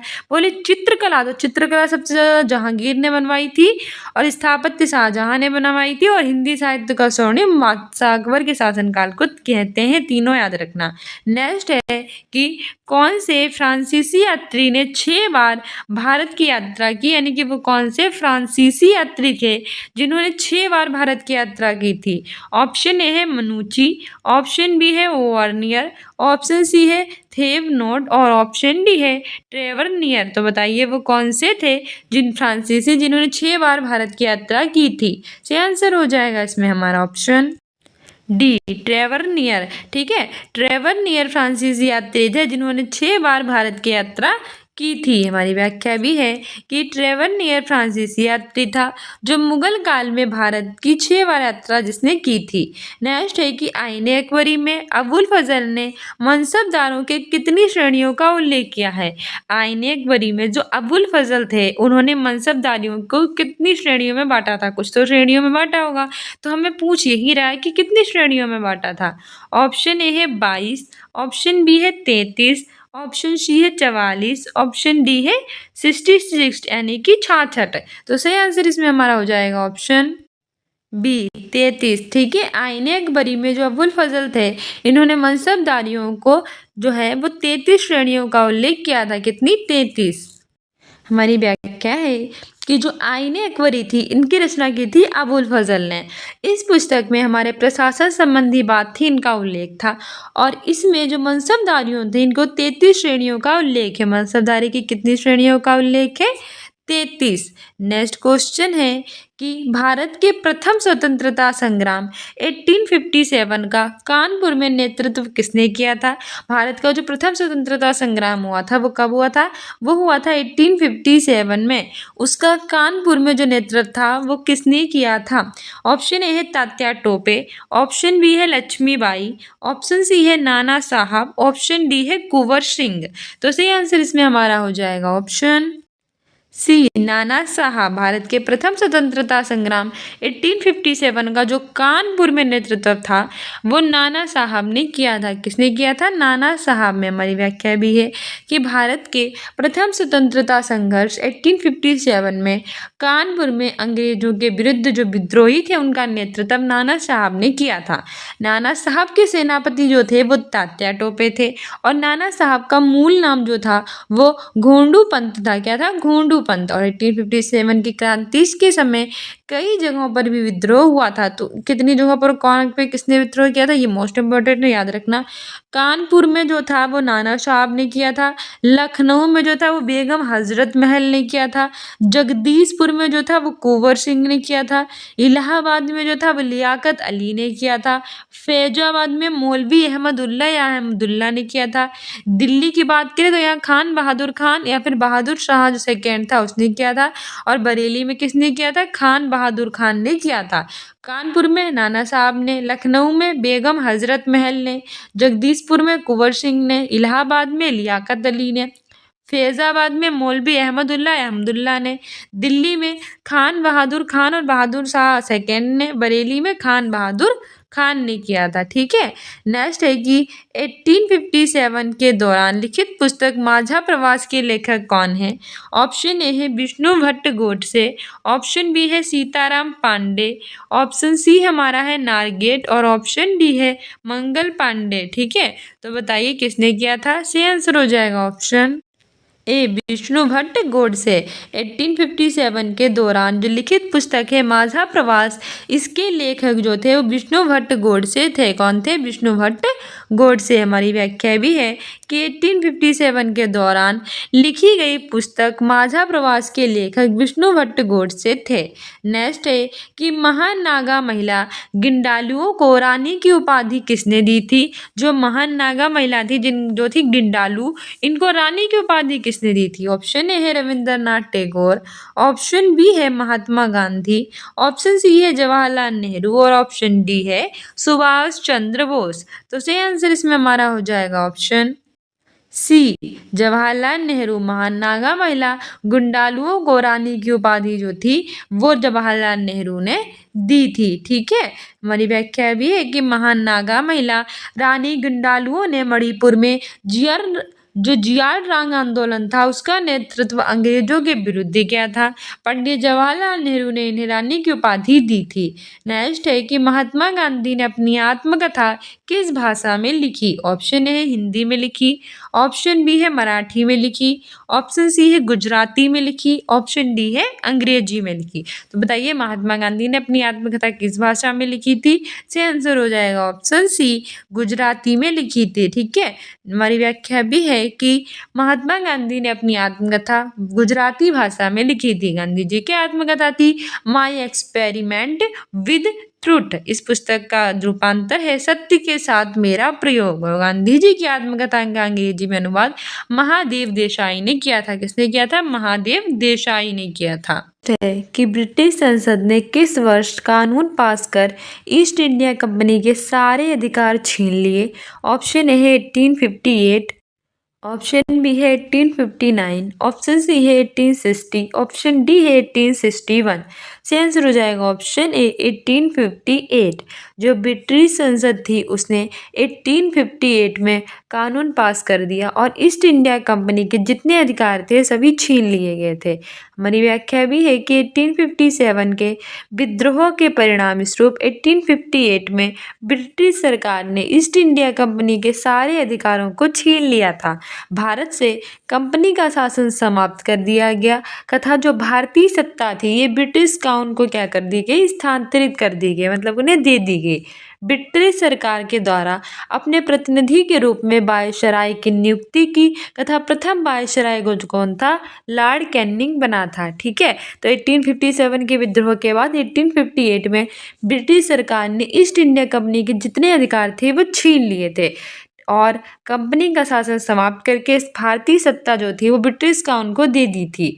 बात करेंगे कि 16 फरवरी 2016 को हमारे हिस्ट्री में कौन से विवाह पूछे गए थे? कि हड़प्पा संस्कृति सिंधु घाटी सभ्यता के अभिलेख मुख्यतः किस वस्तु पर बने मिले हैं? ऑप्शन ए है शिलाओं पर, ऑप्शन बी है मोहरों पर, ऑप्शन सी है स्तंभों पर, ऑप्शन डी है तामपत्रों पर। से आंसर हो जाएगा ऑप्शन बी मोहरों पर। जो हड़प्पा सभ्यता यानी कि सिंधु घाटी सभ्यता के अभिलेख हैं वो मोहरों पर बने हुए हैं। ठीक है, हमारी व्याख्या भी है कि सिंधु घाटी सभ्यता को हम हड़प्पा सभ्यता के नाम से जानते हैं। सिंधु घाटी सभ्यता को किस नाम से जानते हैं? हड़प्पा सभ्यता। ये सभ्यता लगभग 2500 ईसा पूर्व दक्षिण एशिया के पश्चिमी भाग में फैली थी। कहाँ फैली थी? 2500 ईसा पूर्व दक्षिण एशिया के पश्चिमी भाग में, जो कि वर्तमान में पाकिस्तान तथा पश्चिमी भारत के नाम से जानी जाती है। वर्ष 1920 में भारतीय पुरातत्व विभाग के द्वारा किए गए उत्खनन कार्य से सिंधु घाटी क्षेत्र में प्राप्त जो अवशेष हैं उनसे हड़प्पा तथा मोहनजोदड़ो जैसे जो दो प्राचीन नगर हैं उनकी खोज हुई। सिंधु घाटी सभ्यता के मुख्यतः जो होते थे वो लोग किस पे बने होते थे? मोहरों पर बने होते थे। नेक्स्ट है कि उत्तर वैदिक काल में जो आर्य हैं वो संस्कृति का केंद्रीय स्थल था। ऑप्शन ए है सप्त सिंधु प्रदेश, ऑप्शन बी है गंगा यमुना दोआब, ऑप्शन सी है मगध, ऑप्शन डी है दक्कन।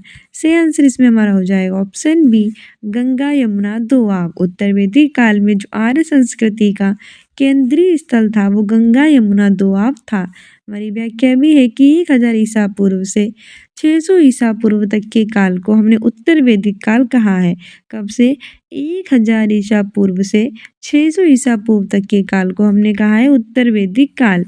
इस काल में तीनों वेदों सामवेद, यजुर्वेद और अथर्ववेद के अतिरिक्त हमारे ब्राह्मण, आरण्यक, उपनिषद और वेदांगों की भी रचना हुई है। किसकी हुई है? इसके अतिरिक्त ब्राह्मण, आरण्यक, उपनिषद और वेदांगों की रचना। चित्रित घूसर मृदभांड और उत्तर वैदिक काल की विशेषता है उत्तर वैदिक कालीन सभ्यता का मुख्य केंद्र गंगा घाटी क्षेत्र था, जिसका प्रसार कहाँ हुआ था? गंगा यमुना दोआब तक हुआ था। कहाँ हुआ था? गंगा यमुना दोआब तक। नेक्स्ट है कि भारत का प्राचीन नगरों का पतन यानी कि urban decay in India 300 AD से 1000 एडी नामक प्रसिद्ध पुस्तक है वो किसने लिखी है? ऑप्शन ए है राधा कुमुद मुखर्जी, ऑप्शन बी है रोमिला थापर, ऑप्शन सी है डी कोशाम्बी और ऑप्शन डी है राम शरण शर्मा। सही आंसर इसमें हमारा हो जाएगा ऑप्शन डी राम शरण शर्मा। भारत का प्राचीन नगरों का पतन यानी कि अर्बन डेक्कन इंडिया 300 एडी से 1000 एडी नामक प्रसिद्ध पुस्तक है, ये राम शरण शर्मा ने लिखी है। हमारी व्याख्या भी है कि भारत का प्राचीन नगरों का पतन पुस्तक राम शरण शर्मा की कृति है। इस पुस्तक में प्राचीन काल के अंतिम और मध्यकाल के प्रारंभिक चरणों में जो भारतीय नगरों के पतन और उजड़ते जाने का है उसका विवेचन करती हैं। जैसे कि लेखक हैं हमारे राधा कुमुद मुखर्जी, इन्होंने भारत की मूलभूत एकता लिखी है। रोमिला थापर हैं, इन्होंने भारत का इतिहास अर्ली इंडिया लिखी है। डी कोसाम्बी, इन्होंने मिथ एंड रियलिटी लिखी है। ठीक है, नेक्स्ट है कि हिंदू विवाहित महिलाओं का पृथक निवास एवं भरण पोषण अधिनियम कब पारित हुआ? ऑप्शन ए है 1955, ऑप्शन बी है 1956, ऑप्शन सी है 1947, ऑप्शन डी है 1977। से आंसर इसमें हमारा हो जाएगा ऑप्शन सी 1946। हिंदू विवाहित महिलाओं का पृथक निवास और भरण पोषण अधिनियम ये 1946 में पारित हुआ। कब पारित हुआ था? 1946 में। हमारी व्याख्या भी है कि हिंदू कानून में पत्नी का भरण पोषण करना पति का जो है वो निजी दायित्व है। हिंदू विवाहित पृथक निवास अधिकार को विधायी पहचान दी गई है। क्वेश्चन है कि भारतीय समाज के इतिहास में 1856 का वर्ष महत्वपूर्ण सिद्ध हुआ क्योंकि ऑप्शन ए है कि हिंदू विधवा पुनर्विवाह अधिनियम पारित हुआ, ऑप्शन बी कि कन्या पक्ष अधिनियम पारित हुआ, ऑप्शन सी कि सती प्रथा के विरुद्ध अधिनियम पारित हुआ और ऑप्शन डी डाकन प्रथा के विरुद्ध अधिनियम पारित हुआ। से आंसर हो जाएगा ऑप्शन ए, हिंदू विधवा पुनर्विवाह अधिनियम पारित हुआ, इसलिए भारत के समाज के इतिहास में 1856 वर्ष महत्वपूर्ण सिद्ध हुआ। हमारी व्याख्या भी है कि भारतीय समाज के इतिहास में 1856 के हिंदू विधवा पुनर्विवाह अधिनियम से विधवा समाज को वैध घोषित कर दिया गया। वहीं ईश्वर चंद्र विद्यासागर के प्रयत्नों से पास हुए इस अधिनियम से विधवा विवाह को भी सम्मानित नजरों से ज्यादा देखा जाने लगा। ठीक है, नेक्स्ट है कि भारतीय इतिहास में स्वर्ण युग किस काल के लिए प्रयुक्त हुआ? ऑप्शन ए है गुप्त काल, ऑप्शन बी है कुषाण काल, ऑप्शन सी है मौर्य काल, ऑप्शन डी है मुगल काल। सही आंसर इसमें हमारा हो जाएगा ऑप्शन ए, गुप्त काल। भारत के इतिहास में जो स्वर्ण युग था ये गुप्त काल में प्रयुक्त हुआ था। ठीक है, भारत के इतिहास में हमने स्वर्ण युग किसे कहा था? गुप्त काल को। हमारी व्याख्या भी है कि गुप्त काल को भारतीय इतिहास का स्वर्ण युग माना जाता है। इसे भारतीय संस्कृति के प्रचार प्रसार, धार्मिक सहिष्णुता, आर्थिक समृद्धि तथा शासन व्यवस्था की स्थापना कला के रूप में भी जाना जाता है। मूर्ति कला के क्षेत्र में देखें तो गुप्त काल में भरहुत, अमरावती, सांची, मथुरा कला की मूर्तियों में कुषाण कालीन प्रतीकों तथा प्रारंभिक मध्यकालीन युग की नगरता के मध्य जो अच्छे संश्लेषण तथा जीवंतता के श्रेष्ठ उदाहरण हैं वे प्रस्तुत करती है। बेलगोला में स्थित बाहुबली की महान प्रतिमा का जो निर्माण है वो किस काल में हुआ? ऑप्शन ए है होयसल, ऑप्शन बी है गंग, ऑप्शन सी है राष्ट्रकूट, ऑप्शन डी है चालुक्य। से आंसर हो जाएगा ऑप्शन बी गंग। श्रवणबेलगोला कर्नाटक में स्थित बाहुबली की जो महान प्रतिमा है उसका निर्माण गंग काल में हुआ था। कौन से काल में हुआ था? गंग में। हमारी व्याख्या भी है कि कर्नाटक के श्रवणबेलगोला में स्थित बाहुबली प्रतिमा भारत के अद्भुत स्मारकों में शुमार है। श्रवणबेलगोला में मुख्य आकर्षण का केंद्र बाहुबली की विशाल प्रतिमा का निर्माण 983 ईस्वी में गंग साम्राज्य के राजा राजमल के एक सेनापति चामुंड राय के द्वारा करवाया गया। इस मूर्ति को सफेद ग्रेनाइट के एक ही पत्थर से काटकर बनवाया गया था। मूर्ति की लंबाई 60 फीट 18 मीटर है। कितनी? 60 फीट 18 मीटर। नेक्स्ट है, ये मोस्ट इंपॉर्टेंट है, मैं बताया भी है आपको कि इंडिका का लेखक है। ऑप्शन ए है कौटिल्य, ऑप्शन बी है मेगस्थनीज, ऑप्शन सी है प्लिनी, ऑप्शन डी है विष्णुगुप्त। Option B Megasthenes. जो इंडिका है, इंडिका के लेखक मेगस्थनीज हैं। ठीक है, और ये चंद्रगुप्त मौर्य के दरबार में आए थे। सेल्यूकस निकेटर के ये राजदूत थे। वहीं जो विष्णुगुप्त है इन्हें कौटिल्य भी कहा जाता है, और ये जो विष्णुगुप्त थे जिन्हें कौटिल्य कहा जाता है और चाणक्य भी कहते हैं, ये जो थे वो चंद्रगुप्त मौर्य के सेनापति थे और गुरु भी थे। ठीक है, ये विष्णुगुप्त कौटिल्य दोनों एक ही हैं। इन्होंने बहुत फेमस पुस्तक अर्थशास्त्र लिखी है, ये भी याद रखना। हमारी व्याख्या भी है कि मेगस्थनीज के जो लेखक हैं वो कौन है? इंडिका पुस्तक के, जो हमारी इंडिका पुस्तक है इसके लेखक है मेगस्थनीज। जो अर्थशास्त्र है, जो विषय वस्तु राजनीति से संबंधित है, कौटिल्य ने लिखी है। जो प्लिनी है ये नेचुरल हिस्ट्री लाइफ ऑफ हमारी पॉपिनियंस, ये इन्होंने लिखी है प्लिनी ने। ठीक है, याद रखना, अर्थशास्त्र इकोनॉमी से नहीं, ये पॉलिटी से संबंधित है। नेक्स्ट है कि कंबूज स्थित अंगकोर वाट का जो विष्णु मंदिर है वो किसने बनवाया? ऑप्शन ए है सूर्य वर्मा फर्स्ट, ऑप्शन बी है जय वर्मा फोर्थ, ऑप्शन सी है सूर्य वर्मा द्वितीय, ऑप्शन डी है यशो वर्मा थर्ड। सही आंसर इसमें हमारा हो जाएगा ऑप्शन सी सूर्य वर्मा सेकेंड। जो कंबुज में स्थित अंगोर काटवाट का विष्णु मंदिर है ये सूर्य वर्मा सेकेंड ने बनवाया था। व्याख्या भी है कि 12वीं शताब्दी के लगभग सूर्य वर्मा द्वितीय ने अंकोर वाट का विष्णु का एक विशाल मंदिर बनवाया।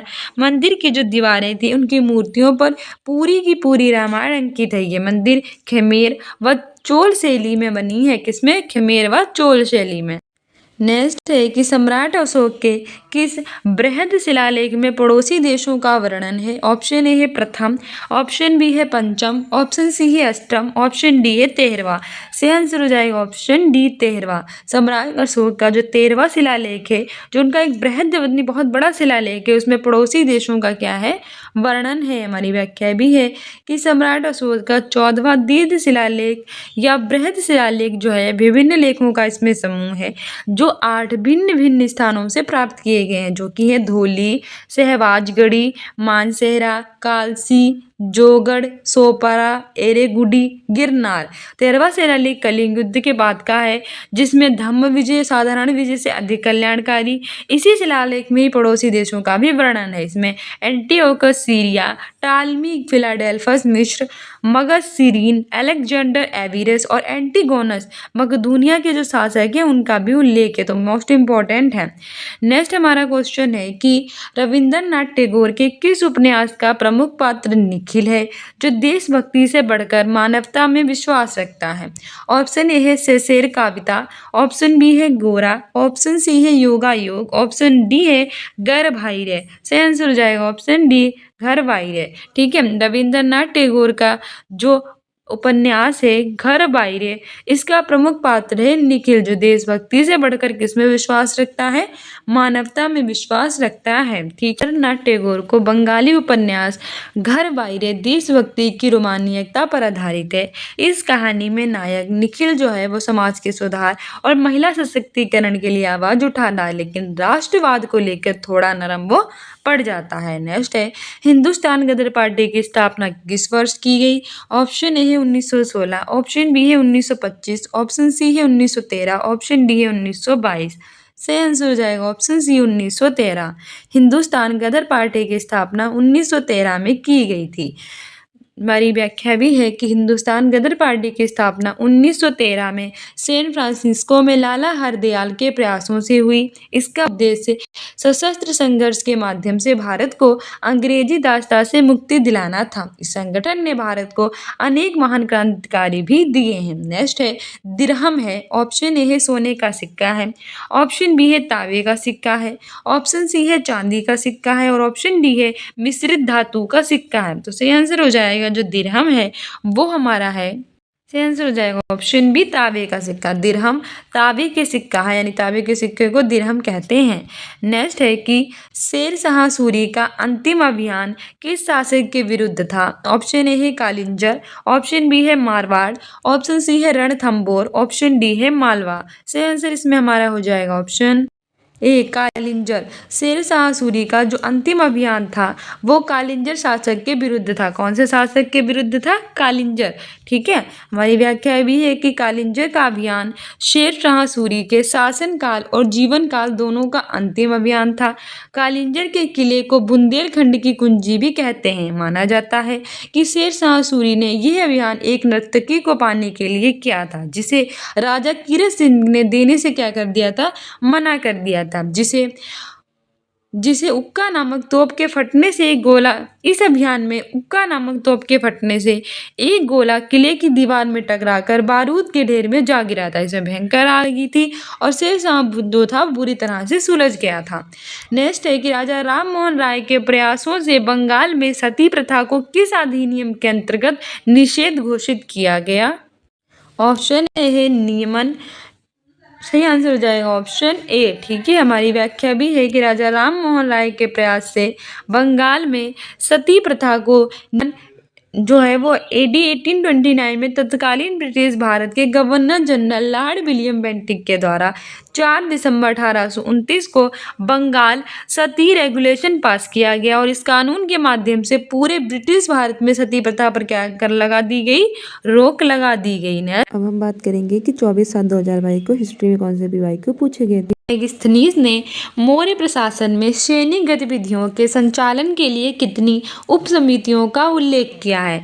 ऑप्शन ए है 4, ऑप्शन बी है 6, ऑप्शन सी है 8, ऑप्शन डी है 10। देखिए सोशल साइंस में कैसे क्वेश्चन पूछे जाते हैं। तो जो मेगास्थनीज थे उन्होंने मौर्य प्रशासन में जो सैनिक गतिविधियां थी उनका संचालन करने के लिए ऑप्शन बी 6, ठीक है। मेगास्थनीज ने मौर्य प्रशासन में जो सैनिक गतिविधियां थी उनका संचालन करने के लिए 6 उप समितियों का उल्लेख किया था। कितनी उप समितियों का उल्लेख किया था? 6। हमारी एक्सप्लेनेशन भी है कि मेगास्थनीज ने मौर्य प्रशासन में सैनिक गतिविधियों के संचालन के लिए एक समिति और 6 उप समितियों का उल्लेख किया था। समिति कितनी थी? 1 थी। उप समितियां कितनी थी? 6 थी। और ये जो उप समितियां कौन कौन सी थी जरा ये भी देख लेते हैं। ये थी हमारी नौसेना का संचालन करने वाली उप समिति, यातायात के बारे में और जो खान पीन होता है उसके बारे में संचालन करने वाली उप समिति, पैदल सैनिक जो चलते हैं उनका संचालन करने वाली उप समिति, अश्वरोहियों का संचालन करने वाली उप समिति, रथरोही जो होते हैं उनका संचालन करने वाली और हाथियों का संचालन करने वाली उप समिति। कितनी टोटल उप समिति है? 6। पहली है नौसेना का संचालन करने वाली, दूसरी है यातायात और खान पान का संचालन करने वाली, तीसरी है पैदल सैनिकों का संचालन करने वाली, चौथी है अश्वरोहियों का संचालन करने वाली, 5वीं है रथरोहियों का और 6ठी है हाथियों का संचालन करने वाली। ये याद रखना, ठीक है। नेक्स्ट क्वेश्चन कह रहा है कि गुप्त काल में जो ब्राह्मणों को भूमि दान दी जाती थी उसे क्या कहते थे? What was the land donated to Brahmans in the Gupta period called? Option A है बेलन वगई, ऑप्शन बी है साला भोग, ऑप्शन सी है देवदान, ऑप्शन डी है अग्रहार।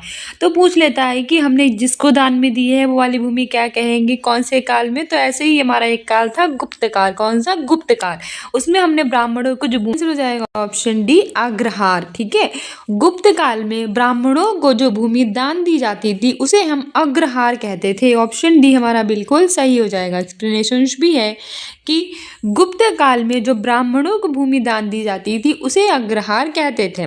इस भूमि में करों से छूट दी जाती थी और ब्राह्मणों को जो अन्य प्रशासनिक छूट है वो भी मिलती थी। अग्रहार भूमि का जो स्वामित्व है वे देवता या मंदिर के पास होता है। अग्रहार भूमि का स्वामित्व कहाँ पे होता है? देवता या मंदिर के पास। अग्रहार को प्राचीन काल में अग्रहारम चतुर्वेदी मंगलम घटोका या बोया के नाम से भी जाना जाता था। तो एक बात याद रखना कि गुप्त काल में जो ब्राह्मणों को भूमि दी जाती थी उसे हम अग्रहार कहते थे। क्या कहते थे? अग्रहार, ठीक है। और अग्रहार भूमि का स्वामित्व देवता या फिर मंदिर के पास होता था और अग्रहार को हम प्राचीन काल में है अग्रहारम चतुर्वेदी मंगलम घटोका या बोया के नाम से भी जानते हैं।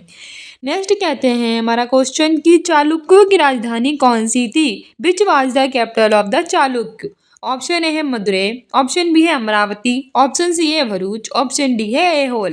हो जाएगा ऑप्शन डी एहोल। जो चालुक्य थे उनकी राजधानी यानी जो कैपिटल थी वो एहोल थी, ठीक है। चालुक्यों की राजधानी क्या थी? एहोल। हमारे एक्सप्लेनेशन भी है कि एहोल चालुक्यों की पहली राजधानी थी। तो अभी ऐसे पूछ ले कि चालुक्यों की पहली राजधानी क्या थी? तो एहोल थी। एहोल किसकी राजधानी थी? चालुक्यों की। कौन से नंबर की थी? पहली। तो कई सारे क्वेश्चन बनते हैं। यह कर्नाटक राज्य में स्थित है। इसे भारतीय वास्तुकला का उद्गम भी माना जाता है। पहला क्वेश्चन हमसे पूछेगा कि एहोल किसकी राजधानी थी? वो थी चालुक्य की। कौन से नंबर की थी? पहली थी। कहाँ स्थित है? कर्नाटक राज्य में। और इसे क्या कहते हैं? इसे भारतीय वास्तुकला का उद्गम मानते हैं। बादामी चालुक्यों की द्वितीय राजधानी थी। दूसरी राजधानी क्या थी चालुक्यों की? बादामी। इसे बातापी भी कहते थे। पुलकेशिन प्रथम ने 543 ईस्वी में बादामी को अपनी राजधानी बनाया था। अब ये भी याद रखना कि जो एहोल थी वो चालुक्यों की पहली राजधानी थी जो कि कर्नाटक में है और इसे भारतीय वास्तुकला का उद्गम कहते हैं। वहीं बादामी जिसे हम बतापी भी कहते हैं ये चालुक्यों की द्वितीय यानी कि दूसरी राजधानी थी। पुलकेशिया पुलकेशिन प्रथम ने 543 में बादामी को अपनी राजधानी बनाया था। किसने बनाया था? पुलकेशिन प्रथम ने। नेक्स्ट है कि who was the first sultan visit the shrine of Khwaja Moinuddin Chishti, यानी कि ख्वाजा मुइनुद्दीन चिश्ती की जो दरगाह है उस पर आने वाला पहला सुल्तान कौन था?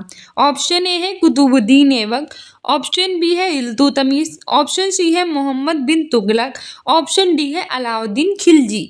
सही आंसर हो जाएगा ऑप्शन सी मोहम्मद बिन तुगलक। ठीक है, ख्वाजा मुइनुद्दीन चिश्ती थे, इनकी दरगाह पर पहली बार जो सुल्तान आया था, पहला सुल्तान जो आया था वो मोहम्मद बिन तुगलक था, याद रखना। एक्सप्लेनेशन भी है कि ख्वाजा मुइनुद्दीन चिश्ती की दरगाह पर आने वाले पहले सुल्तान जो थे वो मोहम्मद बिन तुगलक थे। इस दरगाह का निर्माण गुलाम वंश के जो सुल्तान थे इल्तुतमिश उन्होंने करवाया था। जो हमारी ख्वाजा मुइनुद्दीन चिश्ती की दरगाह है वो किसने बनवाई थी? वो बनवाई थी इल्तुतमिश ने। किस कौन से काल के थे ये? इल्तुतमिश गुलाम वंश के थे और इस पर आने वाले पहले सुल्तान थे मोहम्मद बिन तुगलक। ये दरगाह कहाँ स्थित है? अजमेर शरीफ में है और ख्वाजा मुइनुद्दीन चिश्ती के गुरु जो थे वो ख्वाजा उस्मान आहरूनी थे। कौन थे? ख्वाजा उस्मान आहरूनी। पहला आपसे क्वेश्चन पूछेगा, बताइएगा। ठीक है, फर्स्ट क्वेश्चन हमारा है कि ख्वाजा मुइनुद्दीन चिश्ती की दरगाह कहाँ स्थित है? हमारा सही आंसर है अजमेर। ख्वाजा मुइनुद्दीन चिश्ती की दरगाह अजमेर शरीफ में स्थित है। ख्वाजा मुइनुद्दीन चिश्ती के गुरु कौन थे? तो ख्वाजा उस्मान हारूनी थे। इस पर आने वाले पहले सुल्तान कौन थे? मोहम्मद बिन तुगलक थे। इसका निर्माण कौन से वंश में हुआ था? गुलाम वंश में। किसने करवाया था? इल्तुतमिश ने करवाया था। इल्तुतमिश किस वंश के थे? गुलाम वंश के थे। नेक्स्ट हमारा क्वेश्चन कह रहा है कि पोलज, परती, चाचर व बंजर भूमि के प्रकार किस काल से संबंधित हैं? यानी कि जो हमारे पोलज, परती, चचर और हमारे जो बंजर भूमि लैंड है इसके types belong to which period? कौन से काल से संबंधित हैं? ऑप्शन ए है मौर्य काल से, ऑप्शन बी है गुप्त काल से, ऑप्शन सी है सल्तनत से और ऑप्शन डी है मुगल काल से। सही आंसर हो जाएगा ऑप्शन डी मुगल। पोलज है, परती है, चाचर है और बंजर है, ये किसके प्रकार हैं? ये सब भूमि के प्रकार हैं। किस काल से संबंधित है? मुगल काल से संबंधित। तो सिर्फ दो ही क्वेश्चन याद रखना है कि भूमि के प्रकार जो हैं वो कौन कौन से हैं? तो है पोलज, परती, चाचर और बंजर। तो आपसे पूछेगा कि पोलज, परती, चाचर और बंजर क्या है? तो ये हैं भूमि के प्रकार। किस काल से संबंधित है? तो मुगल काल से। हमारी एक्सप्लेनेशन है कि पोलज, परती, चाचर और बंजर ये सब भूमि के प्रकार हैं और ये सब मुगल काल से संबंधित हैं प्रकार। पोलज है वो क्या होता है? ये भूमि में प्रत्येक वर्ष खेती की जाती है तथा किसी भी वर्ष परती नहीं छोड़ा जाता है। पोलज जो होता है वो भूमि का प्रकार होता है जिसमें हर साल खेती होती है और किसे कभी भी खाली नहीं छोड़ते हैं। दूसरा है परती, ये जमीन को 1 या 2 वर्ष के लिए परती रहने दिया जाता है, यानी 2 वर्ष के लिए इसे खाली छोड़ दिया जाता है। फिर चाचर जो होता है ये भूमि को 3 या 4 वर्षों के लिए रहने दिया जाता है और बंजर भूमि को 5 वर्ष या उससे अधिक समय के लिए छोड़ दिया जाता है। तो आपसे पूछेगा पोलज क्या है? इसे कभी नहीं छोड़ा जाता खाली। परती है इसे 2 वर्ष के लिए छोड़ते हैं, 1 या 2 वर्ष। चाचर है इसे 3 या 4 वर्ष के लिए और बंजर भूमि उसे 5 वर्ष या उससे अधिक के लिए, उसे हम बंजर भूमि इसीलिए कहते हैं। नेक्स्ट है कि which was Akbar's favourite style of calligraphy, यानी कि अकबर की जो सुलेख की पसंदीदा शैली कौन सी थी? ऑप्शन ए है नस्तलिक, ऑप्शन बी है कुफिक, ऑप्शन सी है मंजिलावादी, ऑप्शन डी है हैरात। सही आंसर हो जाएगा ऑप्शन ए नस्तलिक। अकबर की सुलेख की फेवरेट स्टाइल यानी पसंदीदा शैली नस्तलिक है। कौन सी है? नस्तलिक। एक्सप्लेनेशन भी है। अकबर की सुलेख की पसंदीदा शैली नस्तलिक थी। ये लंबे क्षैतिज स्ट्रोक के साथ एक तरह शैली है जो कश्मीर के मोहम्मद हुसैन अकबर के दरबार में नस्तलिक शैली के उत्तम शिल्पकारों में से एक थी। क्या थी? एक की पसंदीदा शैली कौन सी थी? नस्तलिक। ठीक है, कैसी थी? लंबे क्षैतिज स्ट्रोक के साथ एक तरह शैली थी। कहाँ थी? कश्मीर के मोहम्मद हुसैन अकबर के दरबार में नस्तलिक शैली के उत्तम सुलेखकारों में से एक थी। नेक्स्ट है who painted a picture titled the relief of Lucknow about 1857, यानी मोस्ट इम्पोर्टेंट है। द रिलीफ ऑफ लखनऊ नामक चित्र है जो कि 1857 यानी 1857 विषय में किसने बनाया था? ऑप्शन ए है मार्शल, ऑप्शन बी है मिस व्हीलर, ऑप्शन सी है Thomas Jones Barker, option D है जोसेफ। सही आंसर हो जाएगा option C Thomas Jones Barker. The relief of Lucknow नामक जो चित्र है वो 1857 के विषय में थॉमस जॉन्स वर्कर ने बनाया था। हमारी एक्सप्लेनेशन है कि द रिलीफ ऑफ लखनऊ नामक चित्र 1857 के विषय में थॉमस जॉन्स वर्कर को, जो एक प्रतिष्ठित ब्रिटिश कलाकार थे, उन्होंने बनवाया था। इसमें ब्रिटिश सेना के राहत की लड़ाई को चिन्हित किया गया था। जो राहत की उनकी लड़ाई थी ब्रिटिश सेना की, उसको चिन्हित किया था। ये चित्र 1857 विद्रोह की जो घटनाएं थी उनको दर्शाने वाला एक महत्वपूर्ण ऐतिहासिक कैसा था? दस्तावेज था। ठीक है, क्या बातें हमें याद करनी है कि द रिलीफ ऑफ लखनऊ क्या है? ये चित्र है। द रिलीफ ऑफ लखनऊ क्या है? ये एक चित्र है। कब थे? 1857 के विषय में। कौन से विषय में? 1857 के विषय में। ठीक है, थॉमस जॉन्स वर्कर जो कि ब्रिटिश कलाकार थे, उन्होंने इसे बनवाया था। किसने बनवाया था? Thomas Jones Barker. कौन थे? प्रतिष्ठित ब्रिटिश कलाकार थे। ठीक है, ये ब्रिटिश सेना के राहत की लड़ाई को चिन्हित करता था और 1857 की घटनाओं को इसमें दर्शाया गया एक महत्वपूर्ण दस्तावेज था। अब ये 97 का है, 98 का ये मोस्ट इम्पॉर्टेंट क्वेश्चन है, क्योंकि ये तो हमारे सी टेट में, यूपी टेट में और रीट का तो है ही प्रीवियस है। तो मतलब ये बहुत ज़्यादा टीचिंग के एग्जाम में पूछा जाने वाला क्वेश्चन है। Who was the author of the book गुलामगिरी? गुलामगिरी नामक पुस्तक के लेखक कौन थे? ऑप्शन ए है दयानंद सरस्वती। ये पूछा गया था 2021 में, जो हुई थी हमारी परीक्षा सी टेट की ऑनलाइन, उसमें। और यूपी में भी पूछा जा चुका है, रीट में भी पूछा जा चुका है। ऑप्शन बी है स्वामी विवेकानंद, ऑप्शन सी है ज्योतिबा राव फूले, ऑप्शन डी है राजा राम मोहन राय। सी आंसर हो जाएगा ऑप्शन सी ज्योतिबा राव फूले। गुलामगिरी नामक पुस्तक के लेखक ज्योतिबा राव फूले हैं। गुलाम ज्योतिबा राव फूले ने लिखी थी गुलामगिरी। ठीक है, ऑप्शन हमारा सी सही हो जाएगा। हमारी एक्सप्लेनेशन है कि गुलामगिरी नामक पुस्तक के लेखक जो हैं वो ज्योतिबा राव फूले थे। यह पुस्तक अमेरिका की जो दास प्रथा थी उस पर आधारित थी। ज्योतिबा फूले ने 1873 में सत्यशोधक समाज की स्थापना की थी। 3 क्वेश्चन मोस्ट इंपॉर्टेंट बनेंगे। गुलामगिरी जो थी वो क्या थी? तो गुलामगिरी जो थी वो एक पुस्तक थी। इसके लेखक कौन थे? ज्योतिबा राव फूले थे। ये कहाँ की घटना है? ये अमेरिका की घटना है।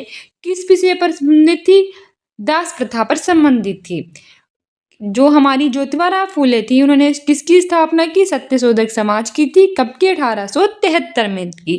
ठीक है, तो हमें याद रखना गुलामगिरी पुस्तक के लेखक हैं ज्योतिबा राव फूले। इन्होंने 1873 में सत्यशोधक समाज की भी स्थापना की और इन्होंने जो पुस्तक गुलामगिरी लिखी ये अमेरिका की दास प्रथा पर आधारित थी। तो स्टूडेंट्स, ये थे हमारी हिस्ट्री के सारे PYQ रीड के।